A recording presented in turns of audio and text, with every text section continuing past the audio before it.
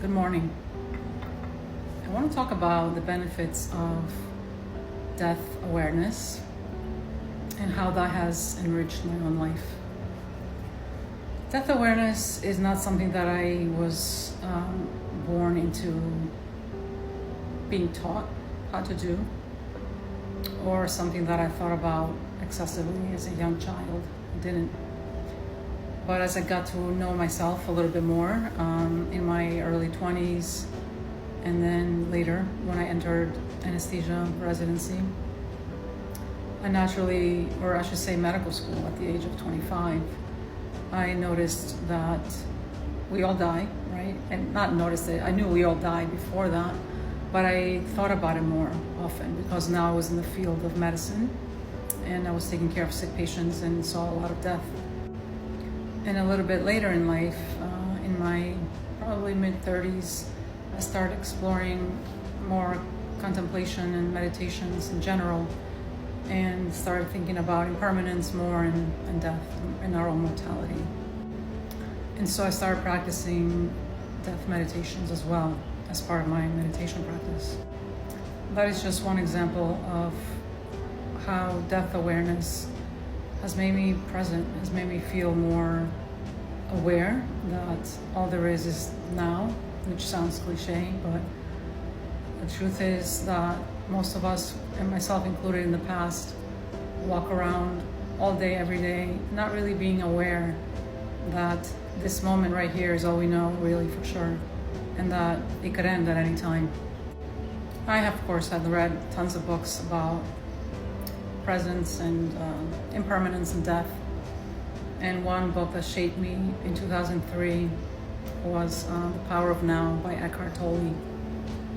Or Eckhart Tolle, I don't know how to say his name. But anyway, studying death and contemplating death and working in death and dying is honestly has been one of my biggest gifts, in the sense that it has continuously brought me into present moment awareness. And you might think, so what? Okay, so you're aware of the fact that you're here now and you're alive, so what?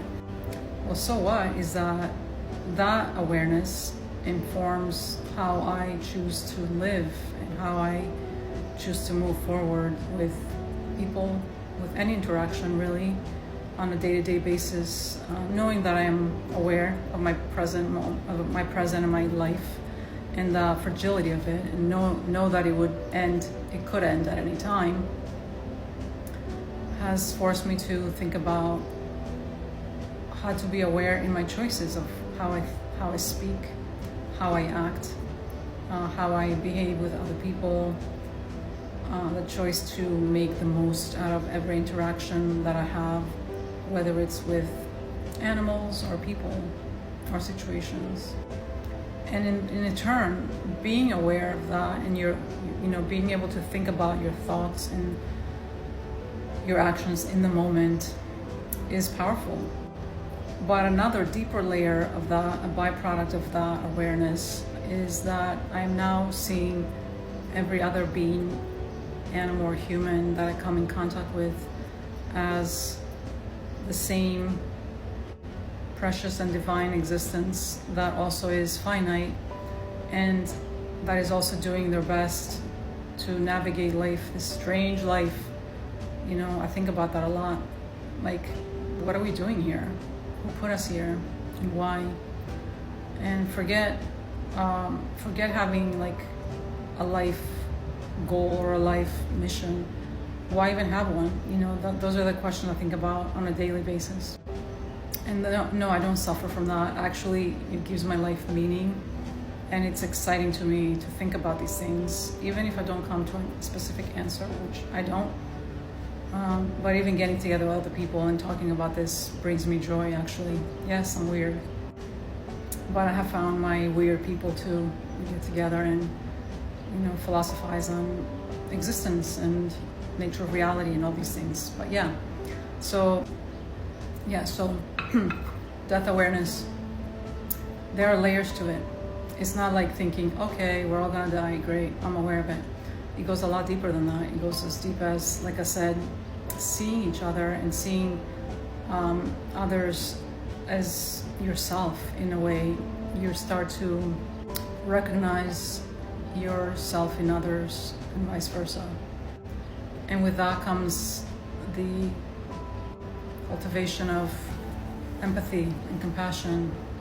I'm not saying it's all positive and beautiful and roses. I'm just saying that it can even help you discern your moment, your awareness of the present, and your ability to think in the moment and discern. It allows you to be discerning. It helps you become more intentional with how you spend your time and what to worry about, what to stress about, and what to let go, and what to honestly just forgive or forget. So yeah, these are my morning thoughts over coffee. Have a beautiful day.